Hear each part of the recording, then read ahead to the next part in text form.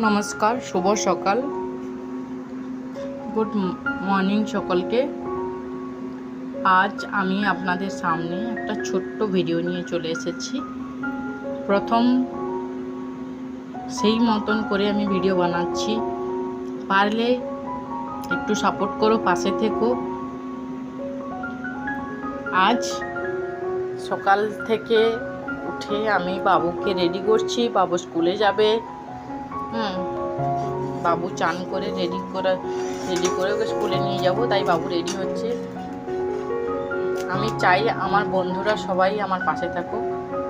সবাই সবার পাশে না থাকলে বন্ধুদের কী করে বুঝবো কে কার ভালো চায়, কে কার খারাপ চায়। তো এই আশা নিয়ে, তোমাদের কাছে এই আশা নিয়ে ছোট্ট একটি ব্লগ আমি শুরু করছি যে আমার পাশে থাকবে তোমরা, যেমন অন্যদের পাশে আছো আমার পাশেও সেইভাবে থাকবে।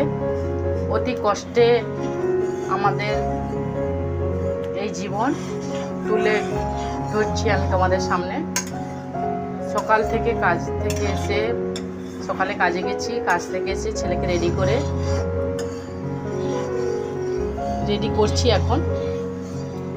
এখনও খাবে দুধ আর ও এই হরলিক্সটা খেয়েও যায়।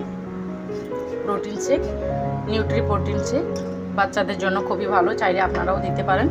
যদি কোনোদিন বলেন আমি এই লিঙ্কটা আমার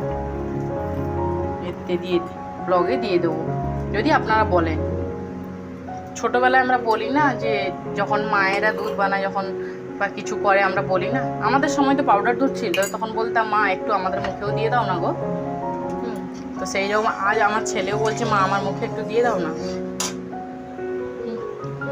আজ আমি ওর জন্য টিফিন করেছি। টিফিনে ছিল আজকের পাস্তা। ওর পাস্তা খুব পছন্দ, টিফিনের পাস্তা দিয়েছি আজকে। ও বলেছিল মা আমি আজকে পাস্তা নিয়ে যাব, তো ওর জন্য পাস্তা দিয়েছি। এখন রেডি করে এর মধ্যে দেখো কি নাটক, বলছে দুধটা আবার গরম আছে, আমাকে ঠান্ডা করে দাও। তাই আবার বাটির মধ্যে করে ও দুধটা খাচ্ছে। দেখো বাটির মধ্যে করে দুধটা খাচ্ছে।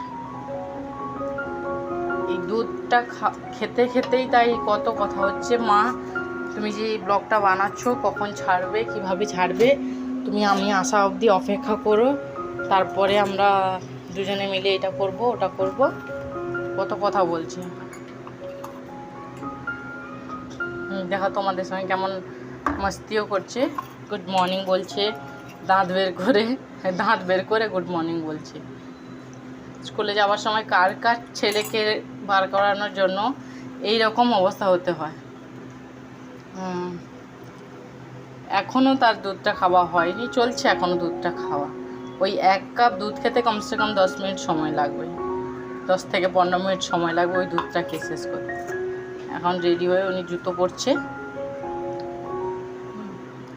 রেডি হয়ে গেছে, দুধও খাওয়া হয়ে গেছে, এবার জুতোটা পরছে, জুতো পরে স্কুলে যাওয়ার জন্য রেডি। চলো যাওয়া যাক স্কুলে। স্কুল থেকে ফিরলে আবার দেখা হবে তোমাদের সঙ্গে।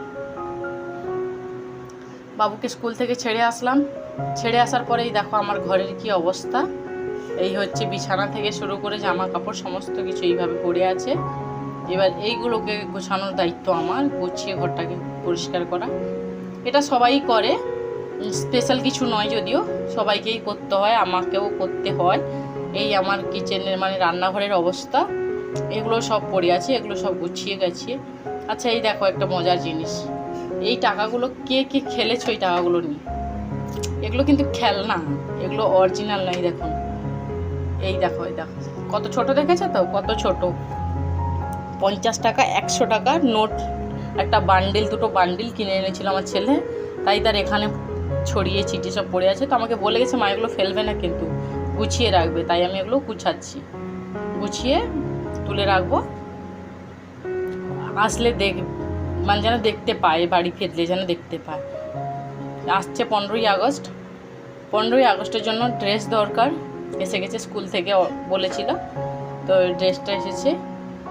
এটা হলো টুপি, ওর যেটা ড্রেসটা টুপি, আর এটা হলো জামা, নিচে ছিল প্যান্ট। তো কেমন লাগলো তোমাদেরকে জানাবে, ভিডিওটা কেমন লেগেছে।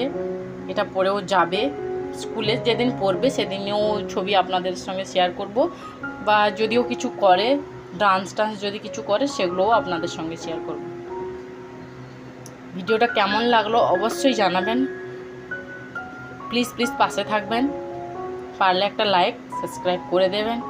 অসংখ্য ধন্যবাদ আপনাদেরকে। আমার এই ভিডিওটা যদি দেখেন আমি খুব খুশি হব। আর প্লিজ বন্ধুরা আমাকে সাপোর্ট করবেন, আমার পাশে থাকবেন।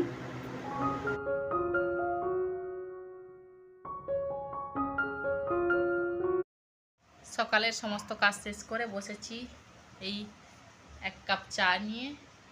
চাটা খাবো, খেয়ে শেষ করে যেতে হবে আমার কাজে।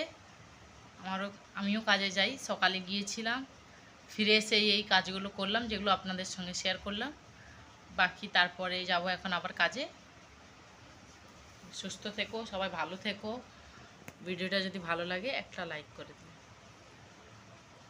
বাই সবাইকে, খুব ভালো থেকো সবাই। Thank you.